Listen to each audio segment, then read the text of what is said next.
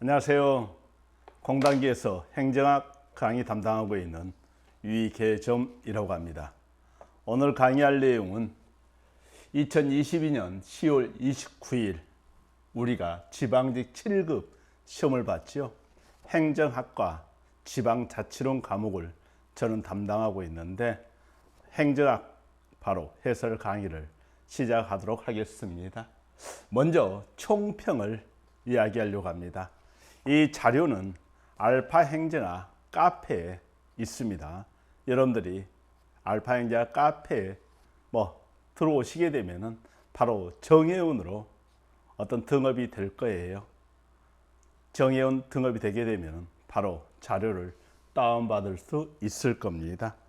자, 총평되어 있는데 보통 2021년부터 국가직 7급의 경우에는 전공 4과목으로 필기시험 당락이 결정되고 지방직 7급은 국어와 전공 과목 4과목 합쳐서 5과목으로 필기시험 합격이 결정되죠. 그죠?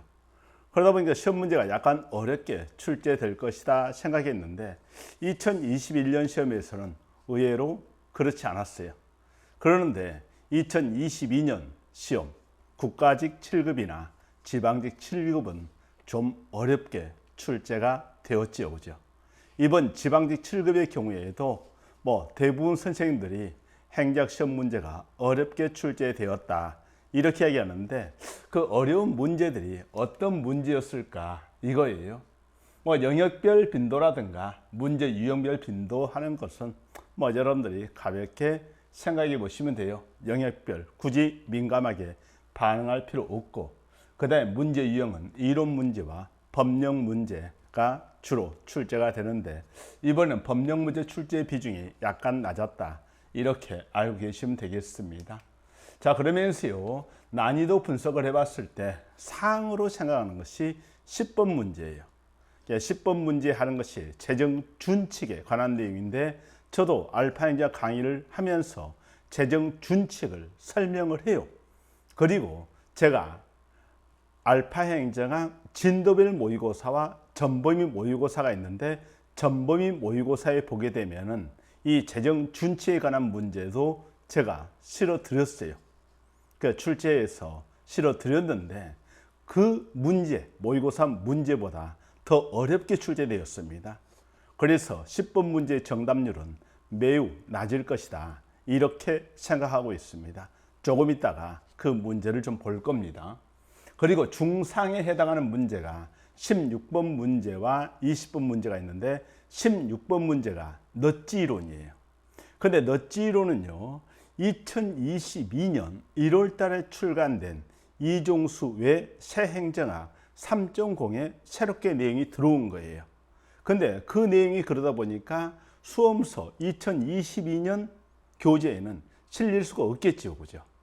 근데 2023년 교재에는 분명히 출제될 것이다 생각하면서 저도 실었고 강의도 이미 완강을 했고, 근데 중간에 아무래도 2022년 하반기에 출제될 가능성이 있다 해서 제가 여기에 공단기에서 모의고사 문제 출제를 의뢰받았을 때 넛지론 문제 하는 것을 출제해 드렸거든요. 근데 그 내용이 시험 문제 출제가 됐죠. 그죠? 근데 넛지 이론 하는 것은 제가 이제 알파 행정학 2023년 교재를 출간하면서 추록 자료를 알파 행정학 카페에 올려드렸는데 그 추록 자료에도 들어있는 내용이 되겠습니다. 그래서요 어느 정도는 풀 수 있지 않았을까. 그리고 넛지 이론 하는 것은 좀 어떻게 보면은 그 책에 대해서 예전에 설민석 선생님이 넛지 이론에 대해서 TV에서 한번 이야기한 적도 있었는데 아마 여러분들이 그런 내용들을 알기는 좀 쉽지 않았을 거예요. 그렇지만요 저희가 이런 어떤 넛지 이론 하는 것이 그죠? 제가 분명히 출제 가능성이 있다 생각했고 2023년 교재에는 자세히 되어 있고 그 다음에 추록자료 올려드렸으니까 아마 추록자료를 보신 분들은 쉽게 풀 수 있지 않았을까. 그러나 바로 처음 출제된 문제죠. 기출에 출제되지 않았지만 이와 같이 처음 출제되는 문제는 기본서를 통해서 파악을 해야 될 것이다 이 내용입니다. 그죠? 그리고 20번 문제가 되어 있는데 다른 선생님들이 가장 어려웠었다 하는 문제가 20번 문제예요.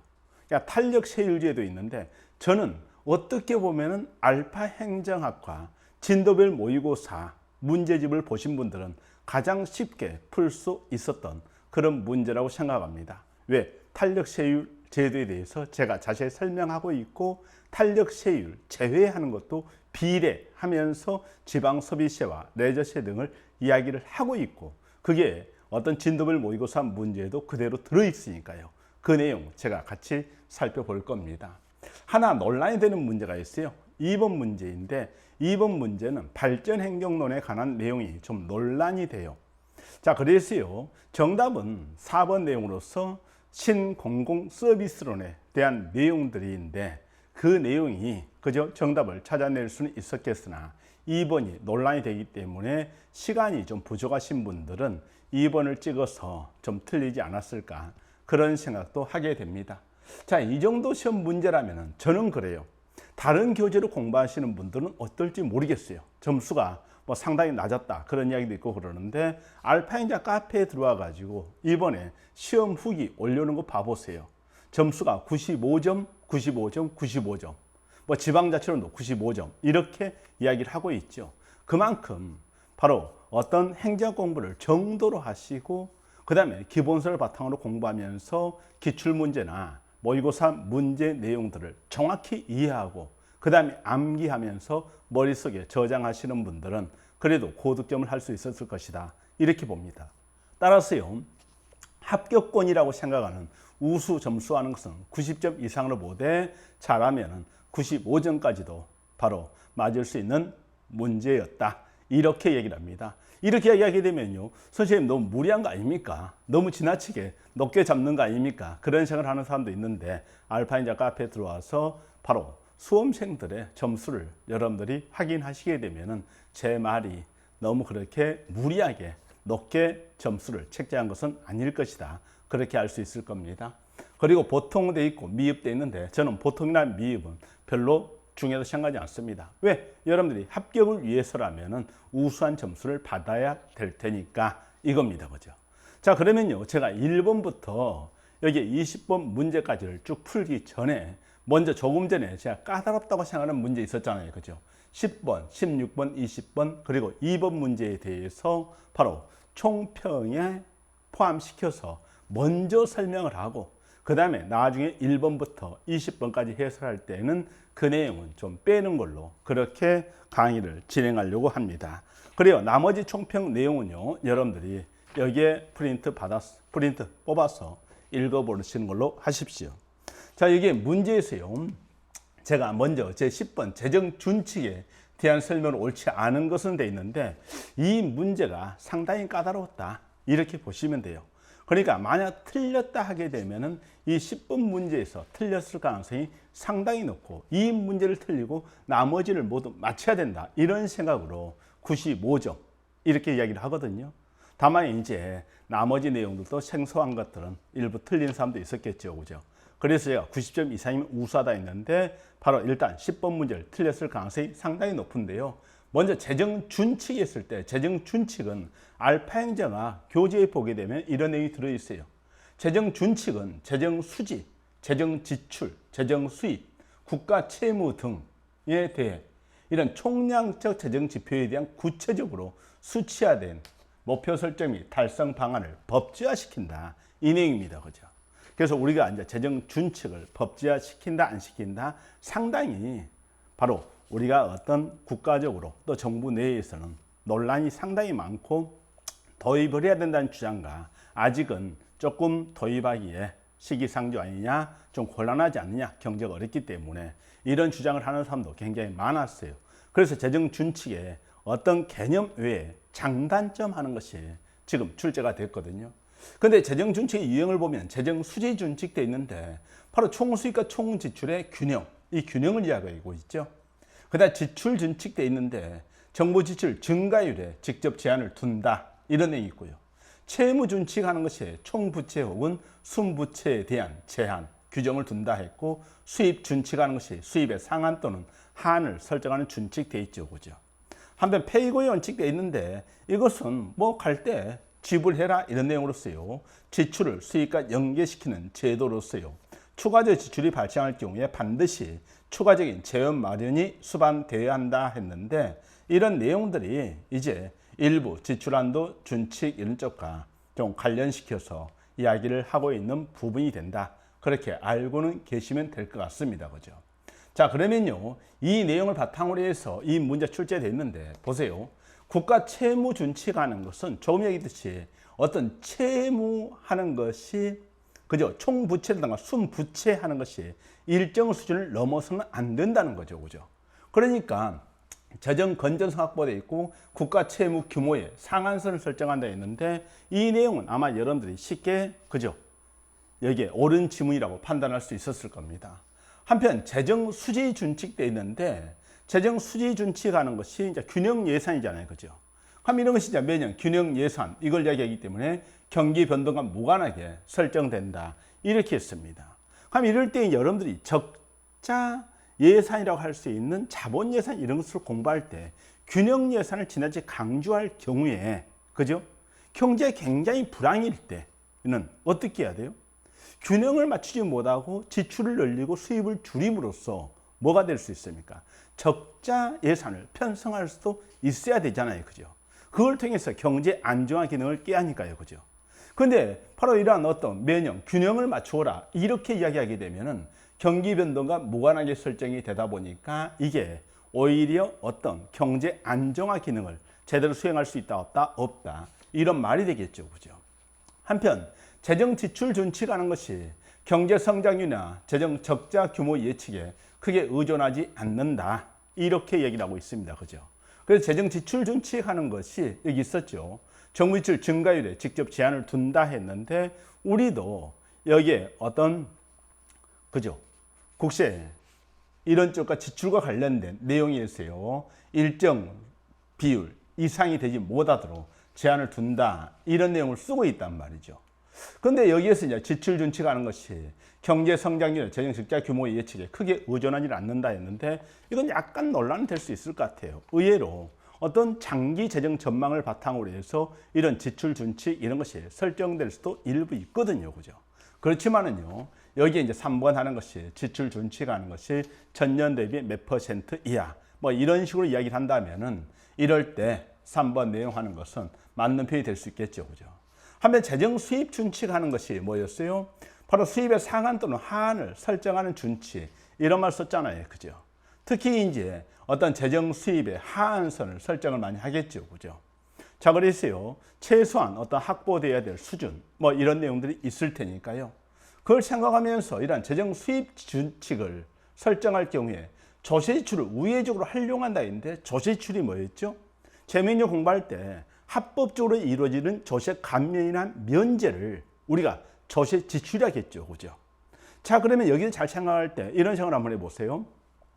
여기에 재정 지출 준칙에서 일정 바로 수준 이상의 증가는 안 된다고 했잖아요. 그죠? 그러다 보니까 이제 이런 내용이 있는 거예요. 보조금 지출을 하는데 어떤 보조금을 지출하려고 했더니 이 상한선을 넘어간단 말이죠. 그럼 이럴 때 보조금의 효과를 노리면서 실제로 정부의 직접 지출을 줄이는 방법이 있죠. 그죠? 그게 예를 들어서 100억을 징수해서 30억을 보조금 줄 때 처음부터 30억을 감면을 해줘 버리면 될 수도 있는 거잖아요. 그죠? 그래서요. 이런 어떤 보조금 지출하는 것을 뭐라고요? 이런 어떤 조세 감면의 면제와 같은 재정 지출로 바꾸는 그런 문제가 생길 수 있다는 것이지. 그래서 조세 지출을 우회적으로 활용함으로써 재정 건전성이 훼손될 가능성이 있다 했는데 이런 것이 좀 지출 준칙에서 나타나는 문제라고 생각해 볼 수 있을 겁니다. 대신 재정 수입 준칙하는 것은 뭐 수입의 상한 또는 하한을 설정하는 준칙이다. 이렇게 알고만 있으면 되는 거죠. 그죠? 다만 이제 이런 내용들에 대해서 지금 여기에 이 문제하는 것이 장단점과 관련된 문제거든요. 그러다 보니까 이제 여러 토론회에서도 재정 준칙에 관한 토론이 많이 이루어지고 그랬어요. 그러면서 우리가 이런 재정 준칙의 장점, 단점 이런 내용들을 정리를 해놓은 것이 뭐 권영수 교수의 논문이라든가 이런 쪽에서 언급이 되고 있는데 여기에 이제 어떤 그죠? 재정 수지 준칙하는 것이 여기에 재정 건전성 직접 얘기를 하고 있죠. 그죠? 그러나 이럴 경우에 이제 경제 안정화 기능 이런 것이 좀 미비하다. 이런 내용들을 쓰고 있는 거잖아요. 그죠? 그다음 지출 준칙 돼 있는데 정규모 조정 용이 이런 말 썼습니다. 근데 지출안들을 맞추려다 보면 지출 배분에 불필요한 변화가 발생할 수 있다 했는데 이런 것이 보조금 지출을 조지출로 변화시킨다든가 이런 문제가 생길 수 있겠다. 이런 내용입니다. 한편 채무 준칙하는 것도 부채 건전성 직접 이야기했죠. 그죠? 마찬가지 경제 안정화 기능 이런 것이 좀 미비하다. 이런 말 쓰고 있고요. 그죠? 그 다음에 이런 어떤 수입 준칙하는 것이 정부 규모 조정 용이 이런 말 썼죠. 그죠? 그런데 이런 것들이 이제 어떤 지출 제약이 없어 부채 건전성과 직계 연관성이 좀 없다 이런 내용들을 좀 담고 있는데 아마 앞으로 이제 이런 내용들은 저희가 좀 더 정리해서 그죠? 기본서 강의라든가 또는 문제풀이 강의 이런 쪽에서 좀 더 설명을 해드리는 걸로 그렇게 할 겁니다. 자, 그래서요, 여기에 지금 이 10번 문제돼 있는데 이 문제는 사실상은 단순히 재정준칙 개념만 묻는 것이 아니라 이 재정준칙의 어떤 장단점 하는 것을 내용으로 출제를 했기 때문에 상당히 어려운 문제였다. 이렇게 생각합니다. 그래서요, 제가 봤을 때 저도 재정준칙에 대해서 교재에 설명도 돼 있고 그 다음에 문제도 만들어서 개념들을 여러분들이 알아두어라. 이렇게 했지만은 그래도 상당히 장단점까지 파악하기에는 어려움이 있었지 않을까 그런 생각을 하고 있습니다. 그래요. 자, 10번 문제 이 정도 받으시고요. 그 다음에 여기에 16번 문제 하는 게 있죠. 그죠?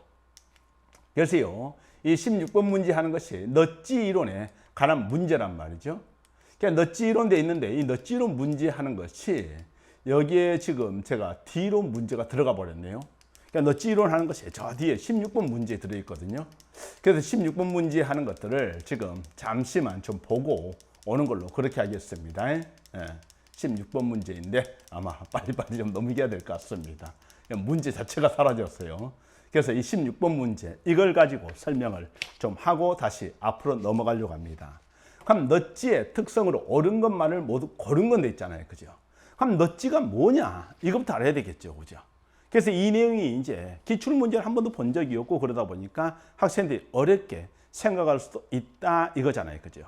근데 넛지 이론 하는 것은요, 여기에 보게 되면 행동 경제학을 정부 정책 설계 및 집행에 적용한다 해서 시험 문제 낼 때 행동 경제학에 대비된 개념으로서 신고전압화 경제학 이걸 둘 수 있어요.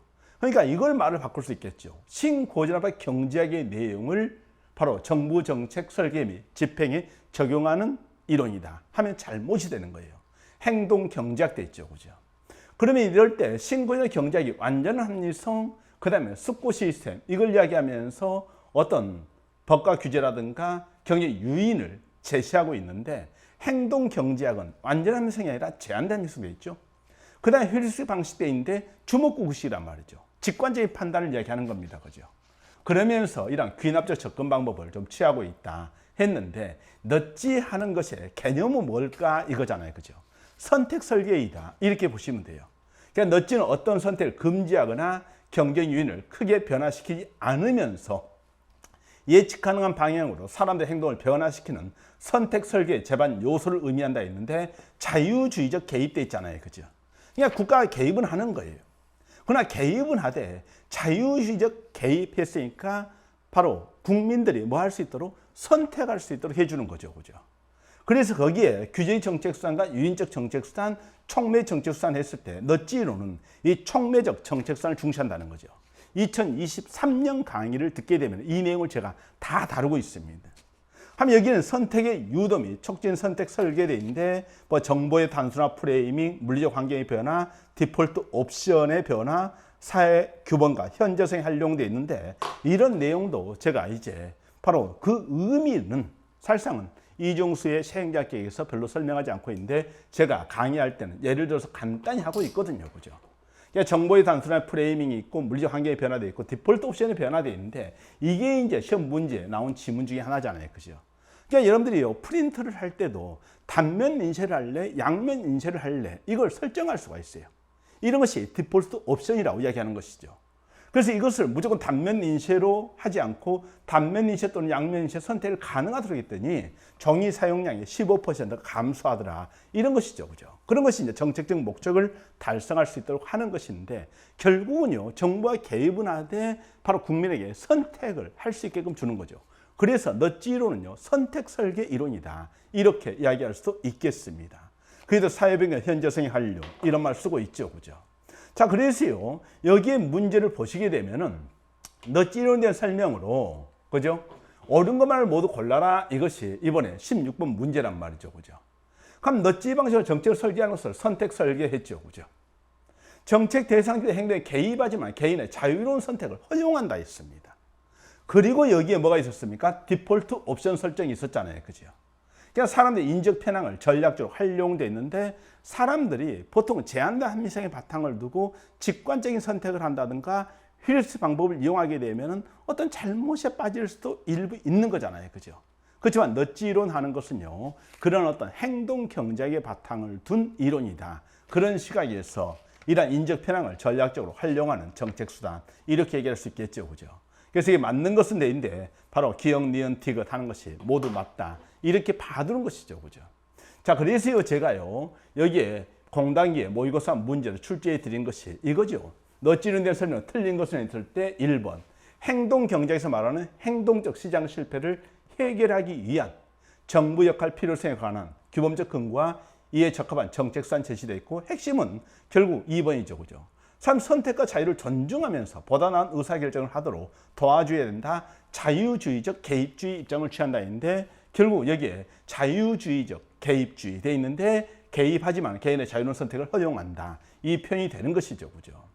그 다음에 넛지는 기본적으로 간접적 유도적인 방식의 정부 개입 방식으로 촉매적 정책 수단의 성격을 띠고 있다. 이런 말 쓰고 있고 그 다음에 넛지는 엄격히 검증된 증거대인데 이 검증된 증거라는 것은 이제 귀납적 방법을 활용해서 찾아내는 것이죠. 그죠? 그러니까 연역적 방법이 아니라 귀납적 방법. 이렇게 이야기할 수 있는데요. 앞으로 넛지 이론이 나오게 되면 이보다 조금 더 깊게 나올 수도 있잖아요. 그죠? 그래서 앞으로는요, 여러분들이 이 16번 문제 있었는데 제가 이 모의고사 문제 출제해 드렸던 거, 그 다음에 이런 어떤 넛지 이론에 대한 기본적인 촉매 정책 수단의 내용에 대해서도 공부를 좀 해야 될 것이고, 그 다음에 신공공관리론과 넛지 이론 이걸 비교하면서요, 신고전 경제의 바탕을 뒀느냐, 행동 경제의 바탕을 뒀느냐, 자유주의적 개입주의 돼 있죠. 그죠? 그러니까 선택 설계자로서 역할을 중시하는 것이고 그게 넛지, 이렇게 이야기할 수 있겠습니다. 자, 그래서요, 이 넛지 이론 하는 것은 의외로 또 가만히 보니까 정답을 맞추신 분들도 제법 있던데 이 내용을 읽어보니까 어느 정도 기억과 선택 설계, 그 다음 니은에서 어떤, 그죠? 자유로운 선택해서 개입하지만 개인의 자유로운 선택 허용하면서 디귿 내용을 같이 판단을 많이 하게 되는데 디귿 내용 하는 것이 여기에 2번, 3번, 4번에 다 있다 보니까 그래도 정답을 아마 4번으로 맞힌 사람들이 제법 많았지 않는가 그런 생각을 하게 됩니다. 그래요. 16번 문제에서 넛지 이론 하는 것을 이 정도 살펴봤고요. 그 다음에 앞으로 다시 가야 되겠죠. 그죠? 그래요. 앞으로 가겠습니다. 제 20번 문제 돼 있는데 20번 문제 하는 것이 정말로 제가 이번에 문제에서 제대로 적중한 그런 문제라고 보시면 돼요. 그래서 20번 문제를 볼 텐데 20번 문제가 뭐에 대한 문제입니까? 결국 탄력 세율 제도에 대한 문제예요. 20번 돼 있죠. 현행 지방시의 탄력 세율 제도에 대한 설명, 옳은 것만을 모두 고르면 돼 있잖아요. 그죠? 그럼 이럴 때 일부 세목의 세율에 대해 일정 범위 내에서 지방자치단체가 자율적으로 결정할 수 있다 돼 있는데 뭐 지방시의 모든 세목이 아니라 일부 세목에 대해서 일정 범위 내에서 세율을 자율적으로 결정할 수 있다 했는데 바로 조례로 정할 수 있는 내용이 되는 것이죠. 그죠? 하면 레저시와 지방소비세는 탄력세율이 적용되지 않는다 했죠. 그죠? 정확히 맞는 편입니다. 그죠? 그 다음에 조례로 담배 소비세, 자동차 주행에 대한 자동차세, 이것은 표준세율 50%를 가감하는 방식과 같이 일정 비율을 가감하는 방식으로 주로 활용되어 있는데 이게 잘못이라는 거야. 조례가 아니거든요. 그죠? 이건 담배 소비세와 자동차 주행에 대한 자동차세의 경우에는 바로 여기에 대통령령으로 정하는데 세율하는 것도 50%가 아니라 일반적으로 조례를 정하는 것은 50% 되겠지만은요, 여기에 어떤 담배 소비세, 자동차 주행이 된 자동차 세는 100분의 30 범위에서 대통령으로 정하는 바에 따라 가감하여 조정이 가능하다. 이 내용입니다. 그죠? 이 내용은요, 마찬가지 기본서 내용에는 세목별로 설명이 있고요. 그 다음에 여기에 제가 이제 탄력실에 대한 정리해 놓은 것은 대통령을 정하는 것은 담배 소비세와 자동차 주행이 된 자동차세에서 바로 대통령을 담자 이런 정도로 생각을 해 주시면 되고요. 그죠? 그 다음에 여기에 탄력세율 적용 제세목되어 있는데 지방 소비세와 레저세 되어 있잖아요. 그죠? 이건 비례를 징수하니까 바로 여기에 탄력세율 제 이렇게 보시고요. 그 다음에 나머지가 이제 조례를 정하는 탄력세율 세목이다. 이 말입니다. 한 대부분 이런 표준세율 100분의 50 범위에서 가감할 수 있다 했는데 대부분 그렇게 돼 있죠. 그죠?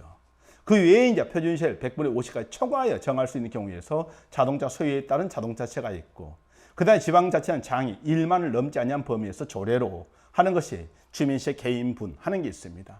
근데 이 내용을 제가 제대로 적중했다 하는 것이 뭐냐게 되면은 바로 2022년 알파행자 진도별 모의고사 문제집 29회차 문제입니다. 문제 10번이 있어요. 이게 옳지 않은 건 있는데 1번 보세요. 담배 소비세나 자동차 주행에 대한 자동차세는 법률로 정한 기본세율을 조례로 탄력적으로 변경해 운영할 제목이다. 잘못이죠. 조례가 아니라 뭐였으니까 대통령이었잖아요. 그죠?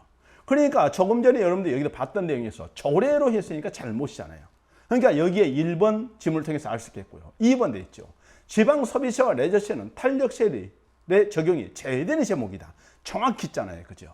그래서 이 내용도 마찬가지요. 레저세와 지방 소비세는 탄력세율이 적용되지 않는다. 정확히 맞는 표현이 되는 것이죠. 그죠? 그러니까 여러분들이 이렇게 보게 되면요. 결국 기업, 맞지요? 니은, 적용되지 않는다. 맞지요? 디귿대인데 이것은 조례로 했으니까 틀렸잖아요. 그죠? 그래서요. 디귿하는 것이 잘못이다. 이 말입니다. 그죠? 그럼 여러분 정답하는 것이 몇 번 가겠습니까? 당연히 여기에 2번으로 가겠죠. 그죠? 자, 그래서요. 디귿 내용은 잘못이다. 기업과 니은 해가지고 정답하는 것은 2번으로 가면 될 것이다 하는 겁니다. 자, 이렇게 해서요. 여러분들이 아마 이 문제 보면서 깜짝 놀라지 않을까 싶습니다. 다른 선생님들은요. 이거 미처 나올 거라 생각도 안 했는데 또 교재에 정리도 안 돼 있어요. 그런데 알파행자 기본서에 보게 되면 정확히 정리되어 있다는 거. 여러분들이요. 그래요. 이 정도까지 해서요. 일단 바로 어떤 상 문제라든가 중상 문제를 받고 그 다음 논란이 되는 문제가 하나 있었잖아요. 그죠? 그 논란이 되는 문제라는 것이 문제 2번 내용입니다. 행정 이론에 대한 설명은 옳지 않은 건 돼 있는데 신행정 행정의 적절성 회복을 강조한다 했는데 후갱태주의 1960년대 말에 나오죠. 그죠? 그리고 1968년에 미노브르 회의 하는 것이 결국 후갱태주의 사조가 행정에 접목되는 것이거든요. 그래서 여기에서 이런 후갱태주의, 흑인폭동 같은 거시적인 사회 문제가 발생했을 때 그 문제를 해결해야 된다. 행정 연구도 이런 거시적인 사회 문제를 해결하는데 도움이 돼야 된다. 이게 사회적 적실성이죠. 그래서 실천성이죠. 그죠? 그래서요, 신행정론 하는 것이 1968년 미노브르 이후에 이런 가치를 중시하면서 그죠? 사회적 적실성과 실천성을 중시하는 이론으로서 등장한 것이다. 이 내용입니다. 그죠? 간단하지. 한 발전행정은 행정이 미치는 영향에 주목한다 했는데 우리가 이제 발전행정도 행정 내부만 연구하는 것이 아니라 행정과 환경의 관계를 살펴봐요. 환경의 관계를 살펴보죠. 근데 살펴보는데 이 이론 비교를 하면요. 사실상은 생태는 체제는 비경정되어 있는데 생체 비교 발전해서요. 생체 비교 발전하면서 결국 생태는 체제는 비경정론은 주로 행정체제에 영향을 미치는 환경 요인들을 찾아내는 데 초점을 두거든요. 그러나 발전행정론은 행정을 발전시키고 행정이 주도해서 국가발전, 경제발전을 선도하기 때문에 행정의 어떤 독립변수 측면을 대단히 중시한다는 거죠. 그러다 보니까 행정의 능동적, 적정 역할을 중시하면서 행정체제가 환경에 미치는 영향, 이걸 많이 중시하는 그런 이론이라고 볼 수 있습니다. 그래서 우리가요, 바로 어떤 행정 우위론적 관점에서 행정 주도적인 국가 발전, 경제 발전을 강조한 이론으로서 발전 행정론, 이걸 생각할 수 있는데 이 문제 지문을 보게 되면 환경이 행정에 미치는 영향에 주목한다 하다 보니까 2번은 조금 문제가 있죠. 그죠? 그러니까 제가 봤을 때 이걸 여러분들이 앞으로 맞는 지문도 처리를 하잖아요. 그럼 다른 문제를 풀 때 진짜 힘들어요. 그래서 이것은 사실상은 좀 논란이 되는 것이고 이것은 이의제기도 사실상 어느 정도 가능하다 이런 생각을 하는데 요즘 이의제기 해가지고 받아주는 경우가 거의 없거든요. 특히 정답이 확실하게 있을 경우에는요. 그러다 보니까 여기에 어떤 4번 지문 있잖아요. 신공공관리론과 여러분들이 신공공 서비스를 많이 강조하죠. 그럼 신공공관리론은 뭘 중시합니까? 정부 역할로서 방향 잡기를 중시하잖아요. 그죠? 그러나 신공공 서비스는 정부 역할로서 뭘 중시합니까? 바로 봉사 역할을 중시하잖아요. 그 봉사 역할을 하는 것이 이런 지역사회 문제를 해결하는 과정에서 시민의 공인된 가치를 바로 정부가 또는 관료가 협상하고 중재해야 된다고 주장되어 있는데 이게 이제 신공공관리론과 신공공 서비스는 비교하는 시각에서 나온 내용이 되죠. 그죠? 그러니까 신공공관리론은 시장의 힘을 활용한 촉매자로서 정부는 방향적 역할을 중시한다 했고 그 다음에 신공공 서비스는 시민과 지역 공동체 내의 이익을 협상하고 중재하여 공유가치를 창출한다. 이런 봉사 역할을 중시한다. 시험 문제 너무 많이 나왔던 것이죠. 자, 그래서요. 정답하는 것은 4번으로 가지만은, 그죠? 4번으로 가지만은 2번 지문에 있어서 좀 논란이 있다. 이렇게 봐줄 수 있겠습니다. 그러니까 정답은 4번으로 가는데 2번은 아무런 논란이 돼. 이렇게 봐야 되고요. 그러나 공공선택론은 기존의 정부 관료제는 시민의 요구들을 제대로 그죠? 반영하거나 대응을 하더라 못하더라 했잖아요. 그죠?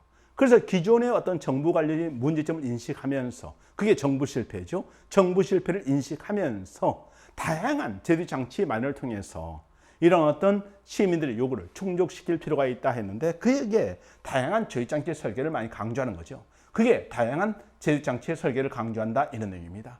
그러니까 3번 공공선택론은 시민의 다양한 요구와 선호에 민감하게 부응할 수 있는 이런 제도장치 마련을 강조한다. 기존의 정부 관료제는 그러지 못했다. 그러니까 정부 실패를 지적한 이론으로서 공공선택론을 들 수 있는 것이죠.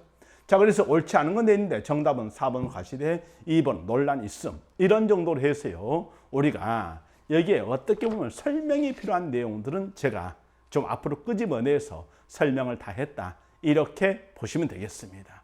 그래요. 이 4개의 문제를 제외한 나머지 문제들은 그래도 여러분들이 좀 더 쉽게 볼 수 있지 않을까. 물론 그 중에도 약간 어려운 문제도 있을 수 있는데 그런 내용들을 중심으로 좀 더 추가 설명을 해드리는 걸로 하겠습니다. 자, 그럼 1번 문제부터요. 다시 이제 하나씩 좀 살펴보는데 좀 설명한 내용들은 좀 빼고 가는 걸로 그렇게 하겠습니다. 그래요. 1번 문제 가겠습니다. 애플비의 정책적 이론론 내인데 결국 정책적 이론론은 바로 정치와 행정이 긴밀히 연관돼 있다. 이 말이잖아요. 그죠? 그래서 행정이 법률을 만들고 예산을 만들므로써 정책 형성 기능을 담당한다 하는 것이 애플비죠. 그죠? 그래서 제가 강의할 때 대표 학자로서 바로 윌슨 외에 굿노 화이트 규칙돼 있는데 윌 굿하고 돼 있죠. 그죠? 야, 우리는 굿하고 있을 테니까 니네는 뒤에 가서 그러니까 뒤에가 하는 것이 통칭인설 정책 이론론 내용인데 바로 디목 애플비 가우스에 있는데 애플비는 정책 행정 연속적 순환적 과정이 있다. 현대행정 정책 형성이다. 이렇게 주장한 사람이잖아요. 그죠? 자, 그러면 여러분들이요. 이 문제 쉽지요. 정책 이론론은 단순한 능률성 효율성보다는 사회적 능률성 그래서 사회 목적의 실현이라든가 인간 가치를 중시하기 때문에 민주성을 좀 더 중시한다. 이런 식으로 볼 수 있겠죠. 그죠? 자, 1번은 정책적 이론론이고요. 2번이 바로 결정과 집행의 혼합작용이 있으니까 맞는 표현이죠. 시간 동작 연구하는 것은 테일러의 과학적 관리론 정책적 이론론에 속하지요. 그죠?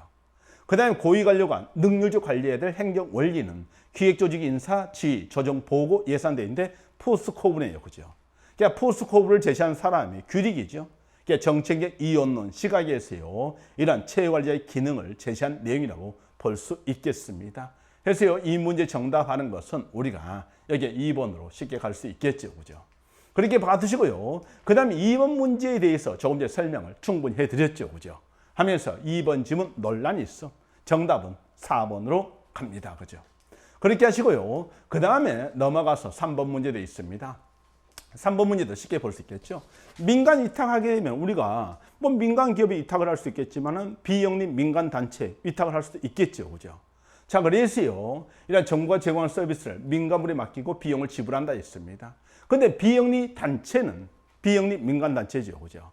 이들은 정부가 위탁하는 사업을 할 수 있습니까? 없습니까? 돼 있는데 당연히 할 수 있죠. 그래서 비영리 민간 단체도 민간 위탁 사업을 할 수 있다는 거. 그런데 이 민간 위탁이 대상이 되지 않는다 이런 표현이 별로 좋지 않죠.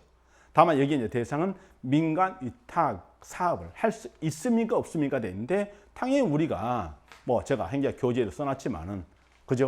뭐 민간 기업이라든가 비영리 민간 단체 등에게 이런 어떤 위탁을 하는 것을 의미하기 때문에 2번 하는 건 잘못이죠, 그죠? 그 다음에 이런 어떤 민간에 맡길 경우에 이런 어떤 유연성 확보돼 있죠. 뭐 쓰레기 수거 업무라든가 도로 건설 업무 이런 것들이 이게 민간 위탁의 어떤 대표적인 사업들이다. 이렇게 봐줄 수 있겠습니다. 3번 그 정도 보시고요. 4번 돼 있죠. 비용 효과 분석 돼 있는데 우리가 비용 효과 분석의 가장 핵심이 뭡니까? 결국 비용은 화폐 가치로 환산하지만 효과는 결과 단위 자체로 하는 거잖아요. 그죠? 된 비용과 효과를 모두 화폐 가치로 환산해서 사회효과적 극대화를 추구하는 것은 비용 편익 분석이죠. 그죠? 그러면서 우리가 비용 효과 분석하는 것이 있죠. 하면서 국방, 경찰, 보건, 뭐 치안이죠. 그죠? 대신 비용 편익 분석하는 것은 돈으로 환산하기 쉬운 수력 발전, 교통, 관광 이런 사업들이라고 보줄 수 있겠습니다. 그래서 우리가요 여기에 보게 되면은 정책 대한 비용과 효과는 모두 화폐 단위로 측정된다. 잘못이죠. 효과는 화폐 단위로 측정하지 않으니까요. 사회효과적 극대화를 연결시킬 수 있어야 된다. 하게 되면 그것은 비용 편익 분석에서 순편익 극대화로 연결돼야 되겠죠. 그죠? 2번 비용 편익 분석이고요. 시장 가격 메커니즘 전적으로 의존한다 했는데 사실상은 이건 비용 편익 분석에 대한 설명이라고 볼 수 있지만 이건 논란은 좀 돼요. 왜냐하면은 바로 비용 편익 분석에서 비용을 측정할 때 기회비용 관점에서 측정을 해야 되겠죠. 그죠? 그리고 이러한 비용하는 것은요, 실제 시장 가격이 아니라 완전 경쟁 시장하의 잠재 가격으로 환산하거든요. 그러다 보니까 시장 가격은 메커니즘에 전적으로 의존한다 했을 때 이럴 때 완전 경쟁 시장도 뭐 시장 가격 메커니즘이 작동되는 부분이라 보게 되면은 뭐 비용 편익 분석 이렇게 얘기할 수는 있을 겁니다. 그러나 이제 실제 시장과 완전 경쟁 시장을 생각하면은 완전 경쟁 시장의 잠재 가격으로 측정을 한다는 거 알아두셔야 되겠죠. 그죠? 대신 이 비용 효과 분석은 효과 자체를 화폐 가치로 환산하지 않기 때문에 4번도 맞다고 볼 수 없겠죠. 좀 얘기했듯이 4번 국방, 치안, 보건돼 있는데 여기에 적용할 수 있다 하는 것이 이 박스 내용이 있었잖아요. 그죠? 그래서 이 내용도 마찬가지 알파 행자 교재에 있는 내용입니다. 제가요 따로 뭐 이 어떤 그죠? 기출문제 강의를 위해서 만든 자료가 아니라는 것이지. 그러니까 여러분들이 기본서를 잘 보시고 또 이런 것들은 기출문제에서 충분히 언급을 하기 때문에 쉽게 풀 수가 있었을 겁니다. 그렇게 하시고 예산 분류 방법과 분류 기준 돼 있죠. 그죠? 기능별 분류하는 것이 기능이 뭐예요? 무슨 기능을 하십니까? 무슨 일을 하십니까? 이거잖아요. 그죠? 무슨 일을 하는가? 맞죠? 조직별은 어느 부서가 돈을 쓰느냐, 누가 돈을 쓰느냐 이거잖아요. 누가 얼마를 쓰느냐 이겁니다. 그죠? 대신 정부가 무엇을 구입하는 데 돼 있는데 이런 것은 뭐 인건비나 물건비라든가 이런 내용을 이야기하기 때문에 품목별 분류와 관련되겠죠. 그죠? 한편 경제 성별 분류하는 것은 국민 경제에 미치는 총체 효과가 어떠한가 이걸 이야기하는 것이고요. 그 다음에 이제 시민을 위한 분류하는 것이 기능별 분류를 이야기하죠. 그죠? 그래서 국민들이 국가가 무슨 일을 하는지를 쉽게 알 수 있다. 이런 시각에서 시민을 위한 분류하는 것이 기능별 분류에 해당한다 했습니다. 그런데 이 내용도 이 박스 내용 하는 것이 알파 이제 기본서에 그대로 들어있다는 겁니다. 그래서 기능별 분류 무슨 일, 조직별 누가, 품목별 무엇을 구입하는데, 경제 성질별, 국민 경제에 미치는 효과 이런 얘기를 하고 있는 것이죠. 하면 기능별 하면은요 이런 것이 기능별이죠. 국방이 얼마, 교육이 얼마, 환경이 얼마, 사회복지 얼마, 뭐 통신에 얼마 이런 내용이잖아요. 그죠? 그래서 이것을 여기에 국민들이 정부가 무슨 일을 하는지를 쉽게 알 수 있다 해서 이것을 시민을 위한 분류이다. 이렇게 이야기할 수 있다 하는 겁니다. 그 정도 이야기를 했습니다. 넘어갑니다. 점증모형 너무 잘 아시죠? 점증모형 기존의 정책이나 예산 플러스 마이너스 알파 하면서 항상 소폭의 변화를 하겠죠. 이게 안정적 사회에 적합하다 했습니다. 그래서 급격한 환경 변화에 대한 정력이 떨어지죠. 그죠? 그리고 어떤 쇄신 이런 것들도 어렵겠죠. 그죠? 이걸 생각하면서요. 이 정책 대안을 모두 분수하기보다는 한정된 정책 대안에 주목되어 있는데 당연히 어떤 목표를 설정하면 목표도 바뀔 수 있다는 생각이고요. 한정된 수만 검토하고 한계적 가치만 검토하죠. 개선한 선택되어 있습니다. 하면서 목표에 따라 수단이 바뀔 수 있지만 수단에 따라서 목표가 바뀔 수 있기 때문에 목표와 수단의 상호 의존성을 인정하는 것이죠. 자, 그 생각을 하면서요. 바로 해보고 문제에서 고쳐나간다 했기 때문에 시행착오 되어 있고요. 인간의 인정 한계를 인정하지요. 그죠? 그 말은 맞습니다. 그러나 급격한 개혁, 새로운 환경을 반영하는 혁신적인 정책 결정, 이것은 곤란하죠. 그죠? 그래서 뒷부분이 잘못이다 이 말입니다. 한편 4번 내용인데 정치력, 합리세 실현 가설을 중시하면서 바로 참여와 합의 과정 중시되죠. 그죠? 그리고 목표와 따라서 수단이 바뀔 수 있지만 수단에 따라서 목표가 바뀔 수 있다겠죠. 그냥 목표와 수단의 상호 의존성을 인정하면서요. 이런 것이 목표 수단의 어떤 순환적, 고리형 어떤 의사결정이 이루어진다 볼 수 있겠습니다. 그러니까 옳지 않은 건 되는데 정답은 3번으로 쉽게 갈 수 있겠습니다. 그렇게 해두시고요. 그 다음에 문제 7번 돼 있죠. 정부 예산 편성 옳지 않은 건 돼 있습니다. 우리가 보통 정부 예산 편성은 국가 재정 운영 계획에 있는데 이것은 5년 이상짜리죠. 그죠? 그러니까 작성은 의무화되어 있는데 바로 계획 내용 자체가 구성력이 있는 것은 아니죠. 다만 우리가 이제 어떤 그죠? 어느 정도는 국가 재정 운영계획을 작성한 목적이 있을 거 아닙니까? 이건 5년 이상인데 이 국가 재정 운영계획의 바탕을 두고 각 분야별 부처별 지출 한도가 정해지는데 그게 총액 배분이죠. 그죠?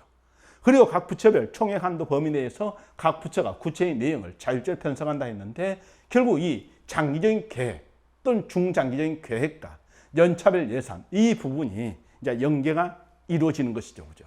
그 생각을 하면서요. 여기에 국가재정운영계획은 중장기적 국가 비전과 정책 우선순위를 고려한 계획이다 했죠. 그러면서 총액 배분 자율 편성 예산과 연결되기 때문에 이게 단년도 예산 편성의 기본 틀이 된다. 이렇게 얘기했습니다. 그죠? 그리고 우리가 총액 배분 자율 편성 예산 제도가 중앙 예산 기관인 기획재정부가 예산 편성 시 사전에 지출 한도를 설정해 주지요. 그리고 각 중앙 부처는 그 한도 내에서 예산을 자율적으로 편성한다 했습니다. 하면 기획겸이 예비 타당성 조사를 실시하여 돼 있죠. 그죠? 그 말 맞습니다.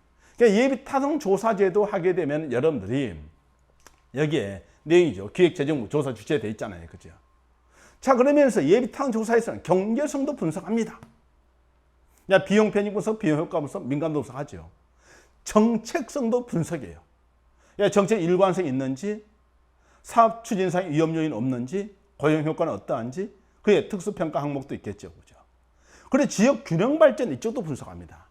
각 지역의 어떤 이해관계 이런 것들이 걸릴 수 있잖아요. 그죠? 그래서요, 낙후된 지역을 좀 개선하는 목적을 가지고 하기 때문에 지역 낙후도 개선이라든가 지역 경제 파급 효과, 지역의 고용 유발 효과 이런 내용도 분석을 하죠. 그죠? 기술성은 일반적으로 안 하는데 이런 어떤 지능 정보화 사업 이쪽에서는 기술성 분석도 일부 합니다. 그죠? 그러면서 이런 요소를 종합적으로 해서 바로 개체화 분석법을 통해서 점수가 0.5 이상이면 사업 시행이 바람직하다 이 내용을 쓰고 있는 것이거든요. 자, 그러면요. 예비타당 조사제도 이걸 이렇게 염두에 의미를 파악을 해놓고 보니까 기획재정부는 예비타당 조사를 실시하지요. 정치적 경제 이용에 배제될 수 있도록 예산별 타당성 검토되어 있는데 바로 어떤 경제적 측면도 타당성도 분석한다겠죠. 그리고 정책성도 분석을 합니다. 지역 균형 발전도 분석합니다. 그럼 이럴 때 정치, 경제, 이해관계를 완전 배제 이런 말은 좀 어울리지가 않는다는 것이죠.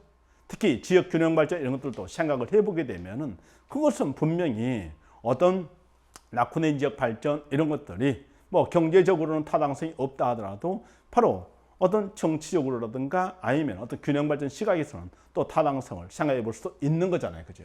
그러니까 정치, 경제, 이해관계를 완전 배제 이런 말들은 좀 맞지 않다 했습니다. 한편 4번 돼 있죠. 이게 그죠? 총사업비 관리 제도를 얘기하죠.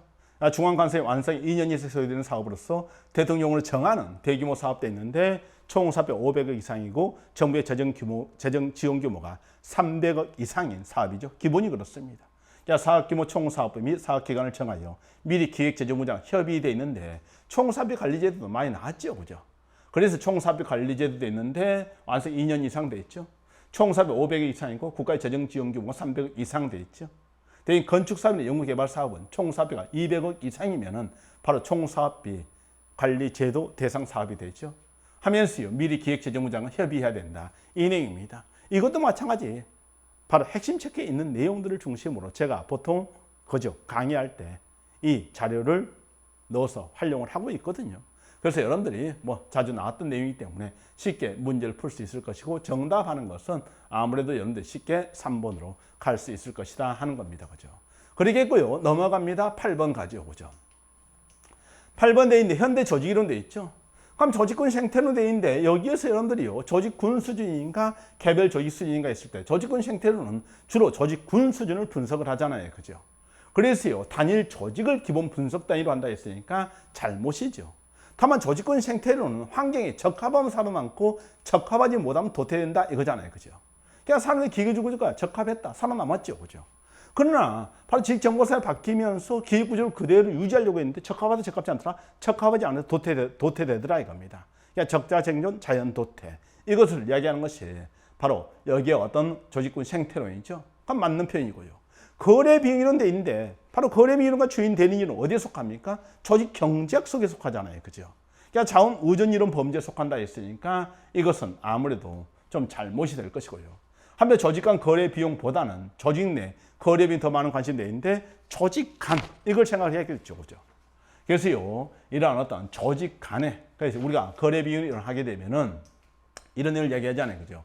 시장에서 A라는 회사, B라는 회사가 거래를 할 때 여기에서 어떤 인간 제한된 미성, 계지 행태 그 외에도 바로 어떤 불안정 경쟁, 불확실성 이런 상태에서 거래비용이 크게 발생하죠, 그죠? 그럼 시장 거래비용이 크게 발생하게 되면 그것을 거래를 내부화시킨다 했는데 이게 조직 내 인행이 되는 것이죠, 그죠?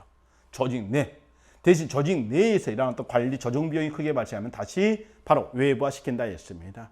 그래서요 기본적으로 거래비용으로는 조직 내부화를 생각해야 되겠지만은 조직 내부에서 일어났던 바로 관리 조정 비용이 크게 발생하면 외부화도 생각은 해볼 수 있을 것이다 이 말이죠, 그죠?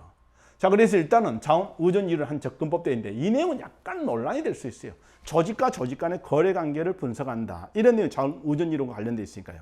그러나 우리가요 반대변의 이런 틀을 보게 되면은 조직 경제학과 자원 의존 이론 하는 것이 정반대로 돼 있다 보니까 아무래도 이것은 조직 경제학의 어떤 범죄에 속하는 접근법이다. 이렇게 생각하시고요. 그 다음에 이런 조직 간 거래 비용 거기에 더 많은 관심을 둔다 봐야 되겠죠. 하면 상황론 조직 이론 독립 변수를 한정하고 돼 있는데 이런 조직 이론에 들어가게 되면은 상황 변수로서 환경, 규모, 기술 이런 것이 언급이 되잖아요, 그죠? 그래서 이제 환경 하게 되면은 안정적 환경인가 불안정적 환경인가 이렇게 유형화시키죠, 그죠? 그러니까 독립 변수를 한정하고 상황 조건을 유형하여 중범위라는 제한된 수준의 일반성 규칙성을 발견하려고 한다 했는데 이게 이제 상황 이론에서 나온 내용이다 하는 거잖아요, 그죠? 그러니까 상황들이 적합하게 조직 구조 설계되어 조직 효과성을 높일 수 있다 했는데 결국 이와 같이 안정적 환경의 기직 구조, 불안정적 환경의 유기적 구조 하면서 유형화시키는 이론을 우리는 중범위 이론이다 이렇게 봐줄 수 있겠습니다. 그렇겠고요. 그 다음에 우리가 주인 대리인은 돼 있죠, 그죠? 그럼 우리가 시장에서 말 그대로 내가 소송을 의뢰하는 사람, 변호사 소송을 대리한 사람 하면 거기에서 이런 어떤 주인 대리인 관계가 성립할 수 있는 거잖아요, 그죠? 정부 조직 내에서는 대통령이 주인이라면은 당연히 관료가 대리인이 되겠죠, 그죠? 마찬가지 장관이 주인이라 하면은 밑에 부하직원이 대리인이 될 수 있단 말이죠, 그죠? 그러니까 정부 조직 내에도 이런 어떤 사장과 부하, 사장과 직원 또는 뭐합니까? 그죠? 대통령과 관료 또는 상관과 부하 이런 쪽에서 당연히 조직 내에서 주인 대리인 관계는 나타난다 이렇게 봐두는 것이죠, 그죠? 한편 대리인으로서 역선택의 문제가 많이 발생하는데 역선택의 문제를 이야기하는 게 뭡니까? 주로 이 어떤 인간의 제한된 미성으로 인해서 그죠? 정보의 비대칭성이 생기죠, 그죠? 그러니까 정보의 비대칭성과 대리인이 그 유리한 어떤 정보를 이용해서 유리한 또는 지위를 이용해서 기회주의 행태를 보일 경우에 합력 선택이 주인 어려워지죠, 그죠? 그게 역선택이라든가 도덕적인 문제가 생긴다 이겁니다, 그죠? 그걸 생각하면서요 여기에서 어떤 대리인을 따르면 정보의 대칭성이 아니라 비대칭성이죠. 그 다음에 자산의 불특정성이 되어 있는데 사실상은 자산이 특정인에게 그죠? 전속되어 있을 때 그 사람이 기회주의 행태를 할 가능성이 많거든요.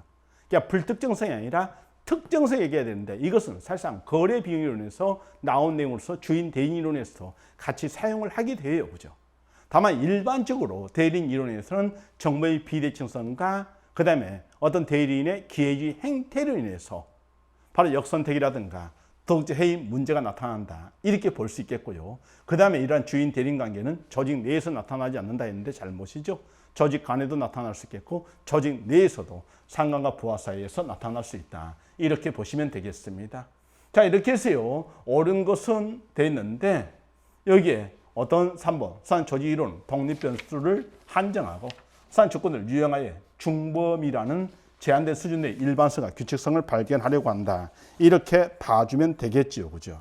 자, 이렇게 해서 옳은 거 찾아내겠으니까 3번으로 가면 될 것이고요. 문제 9번 갑니다. 정책 의제 설정 과정 유형이 됐으면 옳지 않은 거 됐죠. 내부 접근형은 결국 여러분들 잘 알다시피 결국 핵심이 뭡니까? 동원형은 홍보, 확산의 과정이 있지만 내부 접근형에서는 홍보, 확산의 과정이 있다 없다? 없다. 끼리끼리 이런 얘기죠. 그죠? 그러면서 이런 어떤 외부 주도, 내부 주도, 그 다음에 구치형과 동원형 이런 게 있게 되는데 여기에 내부 주도하는 것이 내부 접근형 이쪽에 해당하고 볼 수 있죠. 그죠? 하면서 여기에 내부 접근형 하는 것은 사회문제 정부의제로 진입하지만은 공중의제로 확산되는 과정이 있다 없다? 없다. 이 내용입니다. 그죠? 이 내용을 생각하면서요. 여기에 1번 돼 있는데 결국 공주에 확산된다 했으니까 잘못이죠. 그죠? 하면 동원 모형은요. 정치 지도의 지시에 따라 사회문제가 바로 정부의제에 채택되어 있죠. 정부의 힘이 강하고 민감의 취약한 후진이 자주 볼 수 있다. 좋습니다. 외부 주도형 돼 있죠. 이 집단들이 제기된 문제가 여론 형성에 공중의제로 전환되며 정부가 외부 요구에 민감하게 반응하는 정치제에 자주 볼 수 있다 했습니다. 그러나 공과 모형하는 것이 그죠? 여기에 국가가 논쟁을 주도하되 대중 지지가 높은 경우죠. 그래서 여기의 내용입니다. 국가가 주도하되 대지가 높은 경우에 바로 구치형, 공과 모형 돼 있죠. 그죠? 그걸 생각하면서요. 경우에 맞고요. 정부는 동원 노력보다는 이미 존재하는 지지를 그대로 공고화해 의제를 설정한다. 좋습니다. 그럼 옳지 않은 거 돼 있는데 정답하는 것은 1번. 아주 쉽게 갈 수 있겠죠. 그죠? 그래서 내부 접근형에서 뭐가 없다? 홍보 작용이 없다. 이렇게 했죠. 그죠?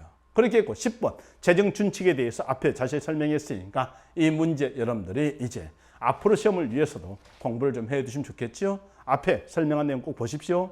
그죠? 제일 처음에 설명했으니까요. 자, 이렇게 했고요. 그 다음에 계급제 직위분리되어 있는데 계급제 하는 것은 바로 이런 칸막이 있기 때문에 옆으로 이동이 용이하죠. 그죠? 대신 직위분리제 하는 것은 행정직렬, 세무직렬 이렇게 칸막이를 만든단 말이죠. 그러니까 수평 이동이 쉽다 어렵다? 어렵다. 이 내용이죠. 그죠? 그걸 생각하면서 계급제 보직관리 범위를 제한한다? 제한하는 것이 바로 칸막이잖아요. 칸막이는 뭡니까? 직위분리제잖아요.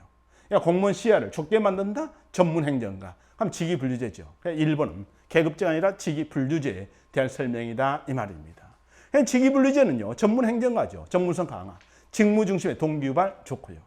그 다음에 계급제는 공무원의 장기근무 유도, 직업군인 확립에 유리하다 있는데 직업공무원제는 바로 폐쇄형 임용체제와 계급제를 바탕으로 하고 있죠. 그죠? 그 다음에 직위분리 칸막이 딱딱 해주기 때문에 바로 직무의 한계라든가 권한, 책임 이런 것이 명확하죠. 자, 그래서요, 여러분들이요, 여기에 이런 칸막이 이 내용만 잘 봐두셔도 이 문제를 쉽게 풀 수 있을 것이고 대신 이런 직위분리 계급제 비교 내용 많이 나오죠. 그죠? 하면서 이런 직위분리제에서 직무 몰입 이런 것들 생각하면서요. 나머지 내용들은 여러분들이 다시 한번 잘 봐두시면 될 겁니다. 그렇게 하시고요. 그 다음에 넘어갑니다. 12번 돼 있죠. 선발 시험에 신뢰성을 검증하는 방법에 해당하지 않는 게 돼 있는데 바로 우리가 타당성 검증 방법이 있고 신뢰성 검증 방법이 있는데 타당성에는 기내구에서 기준 타당도, 내용 타당도, 구성 타당도 있죠. 그죠? 기준 타당도 하는 것이 뭐였습니까? 이거죠. 시험 성적 근무 성적, 즉 새롭게 개발된 측정 도구의 점수와 이미 검증된 측정 기준과의 비교하는 것이 기준 타당도를 검증하는 방법이다. 이렇게 볼 수 있겠죠. 그럼 여기 시험 성적과 본래 시험으로 예측하고자 했던 기준 사이에 얼마나 밀접한 상관관계가 있는가를 검증한다 했는데 이 내용 기준 타당도 검증 방법이다. 이렇게 볼 수 있겠죠. 그죠? 대신 우리가 신뢰도 검증 방법 하는 것은요. 일관성을 검증하는 거잖아요. 그죠? 그래서요. 바로 오늘 시험 보고 일주일 있다가 한 번 더 시험 보고 두 개의 점수를 비교한다. 이게 재시험법이죠. 그죠? 대신 내적 일관성 검증하는 것은 이 신문항을 보면서 바로 문항과 문항 사이의 상관성을 검증하는 거죠.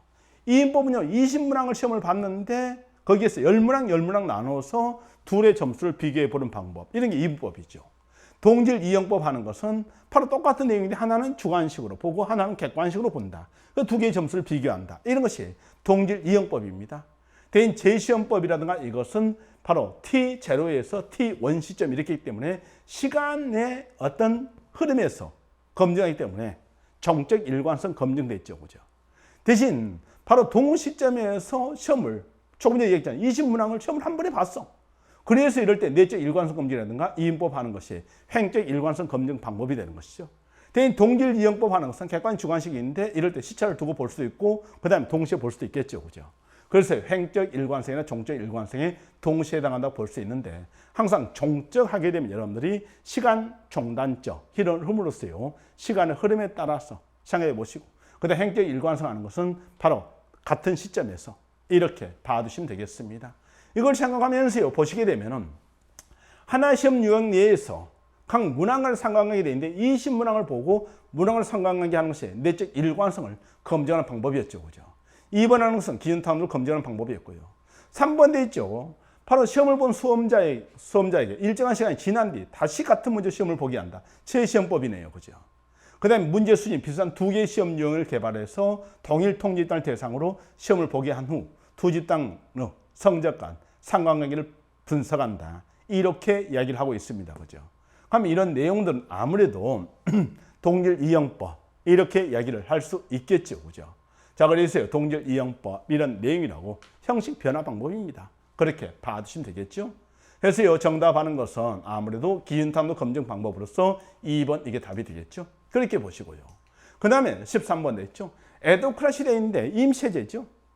그래서 비유로크라시에 대비해서 에도크라시요. 그럼 에도크라시 하는 것은 바로 낮은 복잡, 낮은 공식, 낮은 직권성 하면서 A, B, C, D가 모여서 문제를 해결하고 문제 해결되면 바로 해체되는 그런 조직이잖아요. 그죠? 그러면서요, 비정형적일 때 유용하다. 신속하게 대응할 수 있다. 책임이 명확하다. 이런 것은 아무래도 모였다 흩어졌다가 자유분방이 이루어지고 그 다음에 뭐합니까? 상하 관계도 분명치가 않지요. 그리고 하는 일도 그때그때 달라지죠. 그래서 이런 책임이 명확하다 잘못이고 갈등이 생길 가능성이 작다 이 내용도 잘못이다. 그렇게 봐야 되겠죠. 그죠?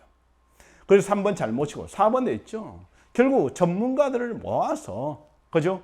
어떤 문제를 해결하고 문제가 해결되면 해체된다 했죠. 그죠? 조직 내 전문 능력이 있는 구성원들을 연결하는 구조대인데 네트워크 조직 이런 것이 대표적인 이런 에도크라시 형태라고 이야기할 수 있습니다.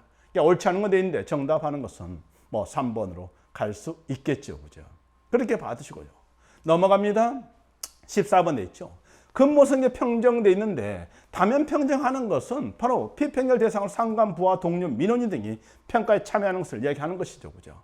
개념인데 당연히 1번 맞고요. 그죠? 목표관리 평정법 하는 것은 상관과 부하가 함께 참여해서 목표를 설정하고 수단을 선택한 다음에 실행, 평가, 완료 과정을 진행하는 것이죠. 그죠?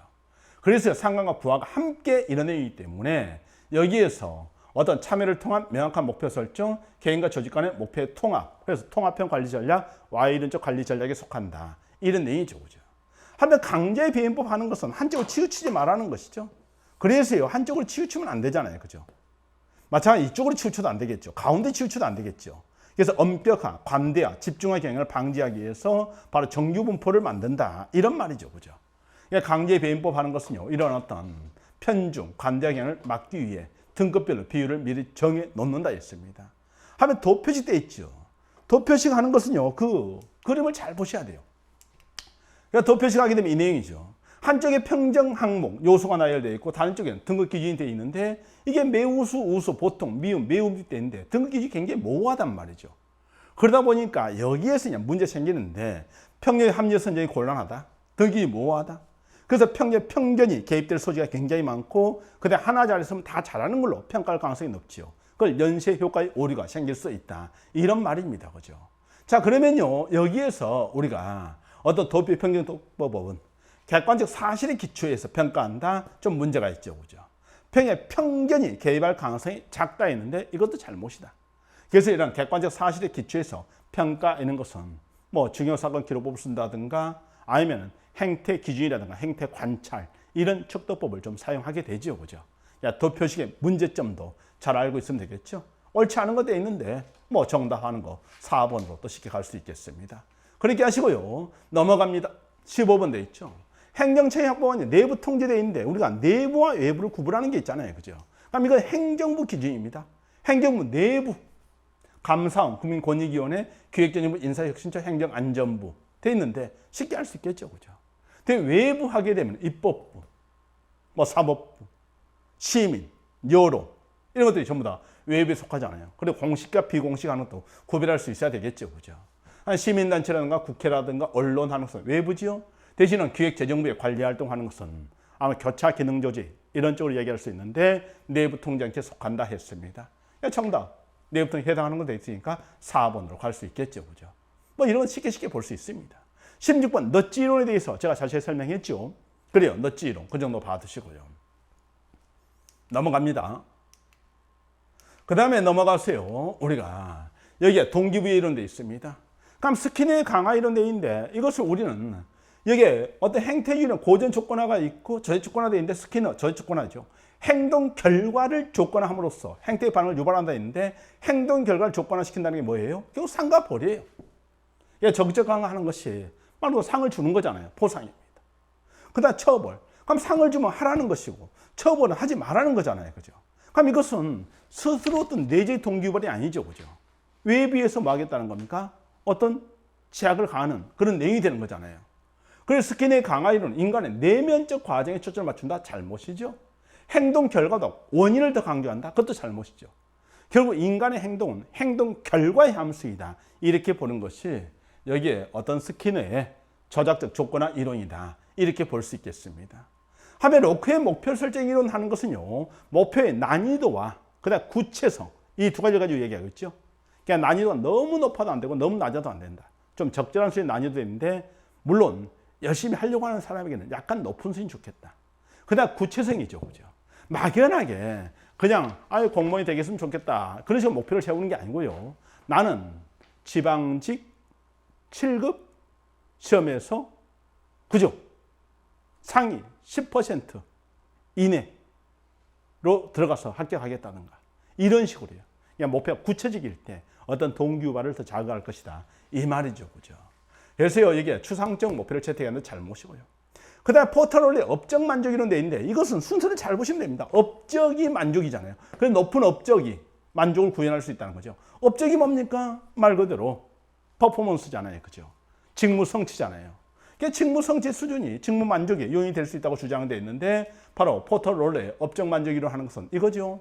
내 열심히 노력하면 높은 성과를 낼 수 있을까? 높은 성과, 높은 보상을 가져올 수 있을까? 그 보상이 바로 적절하다고 생각해서 공평을 지감하면 만족감을 갈 수 있다 했는데 결국 성과가 어디로 갈 수 있다는 겁니까? 보상을 통해서 만족감으로 갈 수 있다 이거죠. 그러니까 순서를 그대로 잘 알았더라. 업적이 만족으로 인행이잖아요. 그죠? 그래서 우리가 보통 보면은 이제 만족을 시켜주면 동기가 유발될 것이다. 이런 쪽에 기존 이론이 초점을 둔 반면 포털원리 업적 만족 이론은 바로 이런 어떤 높은 업적, 직무, 업무 성취, 직무 성취가 이런 어떤 적절한 보상을 통해서 만족감으로 연결될 수 있다는 거. 이 내용을 이야기하고 있죠. 그죠? 그래서 그 정도 생각해 두시면은 여기에 포털원리 업적 만족 이론 하는 것 충분히 알 수 있겠고. 그 다음에 공공봉사 동기돼 있죠. 그죠? 공공물 종사자, 민간 종사자의 가치에는 차이가 없다 했는데 바로 페리가 제시했던 공공봉사 동기. 여기에서 실제 조사해 보니까 바로 공공 부문에 근무하는 사람과 민간물에 근무하는 사람들이 처음부터 뭐합니까? 이런 공공봉사 동기가 차이가 있더라는 거죠. 공공봉사 동기도 있는데 이것도 많이 나왔잖아요. 공공부 종사자들, 민간부 종사자에 비해 공공봉사 동기가 강하더라 했습니다. 그리고 여기에 내용까지 나왔죠. 함량 차원, 규범 차원, 감수 차원도 있는데 이런 내용도 여러분들이 또 정확히 공부를 했을 것이고 알고 있을 겁니다. 자, 그걸 생각하면서요. 공공봉사 동기 이론, 공공부 종사자와 민간부 종사자의 가치에는 차이가 없다 했는데 당연히 잘못이다. 이렇게 봐줄 수 있겠죠. 그죠? 그래서 옳은 것은 돼 있는데 여기에 아무래도 3번 이쪽 가겠죠. 개인이 공공을 근무하면서 공공봉사 동기를 처음으로 획득함으로 이건 잘못이죠. 그러니까 여러분들이 공무원이 되고자 하는 사람들이 그저 공직에 들어오기 전부터 좀 공공봉사 동기가 좀 높더라 이런 말입니다. 그죠? 자, 그렇게 해서요 봐두시면 좋을 것 같고 그 다음에 여기에 어떤 글쎄요 정답 17번 내용들에 있으면요 뭐 옳은 거 찾아내라 했으니까 3번 이쪽으로 가지면 되겠죠. 그죠? 그래서 이게 17번 문제 맞죠? 17번 문제 맞고요. 그 다음에 18번 돼 있죠. 그죠? 18번 문제가 약간 까다로울 수도 있고 그런데 지방자치 관한 이론도 있는데 피터슨의 저서에 도시 한계론 돼 있잖아요. 많이 했어요. 개방체제로 써요. 지방정부대인데 지방정부가 재배정책 이런 쪽은 잘 하려고 한다 안 하려고 한다? 안 하려고 한다 했잖아요. 그죠? 왜? 뭐 재면적 해가지고 고소득층은 세금을 많이 매기고 저소득층은 혜택을 많이 줬더니 고소득층이 그 지역을 떠나버리고 그 다음에 저소득층 이 사람들만 그를 모여들더라. 그럼 그 지역에서는 아무래도 문제 생기기 때문에 그런 정책을 별로 하지 않으려고 할 것이다. 이런 주장을 펼친 것이죠. 하면 자기 지역에 이익이 되는 이런 개발 정책을 추구하는 경향이 있다. 정확히 맞는 표현이죠. 그죠? 하면 라이트는 정부와 관계를 돼 있죠. 그죠? 가장 대표적으로 여러분들 이야기하는 것이 라이트의 모임은 이거죠. 분리권형, 포괄권형, 중첩권형. 하면 이런 또 권력관계라든가 그 다음에 기능배분 이런 내용을 중심으로 그죠? 상호관계를 분석을 하는 내용이잖아요. 그리고 라이트의 모형은 원래 이제 미국의 연방제를 분석이기 때문에 연방정부, 주정부, 지방정부의 관계 이걸 분석하죠. 물론 우리나라 같은 경우는 이제 연방제가 아니다 보니까 중앙과 지방 이렇게 바로 좀 바꾸어서 설명을 해드리긴 하는데 원래 라이트의 모형은 연방정부, 주정부, 지방정부의 관계를 분석한 내용이겠습니다. 라이트는 정부와 관계의 모형을요. 그리고 분리권이 그 다음에 포괄권이 그 다음에 중첩권형을 분류하고 연방정부, 주정부, 지방정부 간의 관계를 이런 어떤 권력적 측면이라든가 그 다음에 이런 기능 배분 측면이라든가 상호관계 측면들을 중심으로 분석을 했다 이거죠. 사회 문화의 측면 이런 쪽도 좀 안 맞다고 볼 수 있겠습니다. 하면 로제 정부 관계는 한 거 많이 봤죠, 그죠? 중앙정부는 아무래도 법적 자원과 재정 자원에서 그죠? 좀 우시하고 지방정부는 정보 자원과 그 다음에 여기에 어떤 정보 자원이라든가 그다음 조직 자원 이런 게 있죠, 그죠? 그러니까 정보 자원, 조직 자원 여기에서 좀 우위에 있다 이렇게 볼 수 있겠습니다. 자, 그래서요 조금 전에 중앙 정부는 법적 자원과 재정 자원이요. 자, 혹시 조직적이라겠습니까? 아니에요. 중앙 정부가 바로 어떤 법률, 법령 이런 재정권을 가지고 있잖아요. 그다음에 돈을 가지고 있잖아요. 그러니까 중앙 정부가 법적 자원과 재정 자원에서 우위를 가지고 있고 지방 정부는 정보 자원과 조직 자원에서요 이런 어떤 사람 기술, 이런 토지 이런 것들을 가지고 있다 이 말입니다. 자, 그래서요 로지의 이런 전략적 협상관계 모형 또는 권력 의존 모형 하는 것을 본 것이고 팀워크는 너무 잘 아시죠? 바리에이션 투표되어 있는데 이게 가능하기 위해서는 일단은 자유 이동성 이야기했죠. 외부가 존재한다, 존재하지 않는다, 존재하지 않는다는 전제죠, 그죠? 존재를 전제 조건으로 했으니까 잘못이 되는 겁니다. 그러니까 여러분들이요 결국 2번 제외, 3번 잘못이고 4번 잘못이다. 정답 1번으로 가는 것이고 1번 하는 것도 기존에 시험 문제가 출제되었던 내용이죠, 그죠? 다만 이 라이트의 모형이요 사실상은요 깊게 들어가냐 한이 없어요. 제가 라이트의 모형을요 하나를 더 설명을 해보기도 하고 그러는데 여기에 제가 해설 자료 좀 써놨잖아요, 그죠? 거기에 보게 되면요 진짜 이것은 너무 깊게 들어가는 거예요. 그래서 미국의 연방제 변천사 하는 것을 쭉 써놨는데 거기에 어떤 분쟁형, 창조형, 경쟁형 이건 다 있거든요, 그죠? 그래서 사실상 거기에 보게 되면 분쟁형, 협력형, 집중형, 창조형, 경쟁형, 타선형 이런 식의 내용들까지 쭉 이야기를 하고 있는데 그러나 그럼에도 불구하고 이것은 주로 어떤 참가자라든가 참여자의 어떤 인지라든가 정 관계 메커니즘 이런 것들을 기준으로 나눈 것인데 그러다 보니까 그냥 이런 어떤 사회적 문화적 측면 중심으로 이런 내용 맞지 않다고 아무래도 중앙과 지방간의 권력 측면으로 분석 이렇게 봐줘야 되겠죠, 그죠? 기능적 상호관계 측면을 중심으로 봐줘야 되겠죠, 그죠? 자, 그래서요 일단 라이트에 모형하는 것은 우리는 기본적으로는 이 분리권이, 포괄권이, 중첩권이 이걸 중심으로 좀 봐주시면 좋을 것이고 대신 추가적으로 이런 바로 내용도 있구나. 지방자치론 책에 있어요. 임승민 교수의 지방자치론 이런 책에 있는 내용인데 좀 너무 깊게 들어가세요. 많이 소개를 안 하는 그런 내용이라고 알고는 계시면 되겠습니다. 그래요. 그렇게 해두시고요. 넘어갑니다. 19번 돼 있죠. 정책 발전 돼 있죠. 그럼 드로우 하게 되면 라스웰과 비교해서 우리가 드로우 이야기하잖아요. 그래서 사회 지도 체제의 이해와 개선 내인데 그게 정책 결정 체제의 이해와 개선을 이야기하는 것이죠, 그죠? 정책 결정 방법, 지식, 체제에 관심을 두어야 한다. 그럼 정책 결정 체제의 이해와 개선에 초점 이걸 두는 것이죠. 정확히 맞는 표현이다 이 말이죠. 하면 정책 의제 설정 이루는 수없이 많은 사회 문제들 중 일부 문제가 정부의 정책 의제 진입하더라. 그런데 어떤 문제는 진입하고 어떤 문제는 진입하지 못하는가? 어떤 문제 진입하지 못하는가? 그게 이제 바로 어떤 난 디시전 메이킹에서 바흐라 바라치의 무사결정이론 하는 것이 정책 의제 설정이론 여기에 나오게 되죠, 그죠? 그래서 정책 의제 설정은 정책 의제 해결 방안 탐색을 강조한다 잘못이죠. 정책 의제 채택 과정 거기에 초점을 두고 있는 거잖아요. 한편 문제가 의제로 설정되지 않은 비결정 이것을 무사결정이라고 하죠. 야, 거기 관심이 적다 했는데, 정책 의제 설정 이론의 핵심이 이런 바흐라-바라체 무사결정 이론 등입니다. 이 말입니다. 하면 라스웰이라는 사람이 있죠. 라스웰은 정책 과정에 관한 지식과 정책 과정에 필요한 지식 모두 중요하죠. 그죠?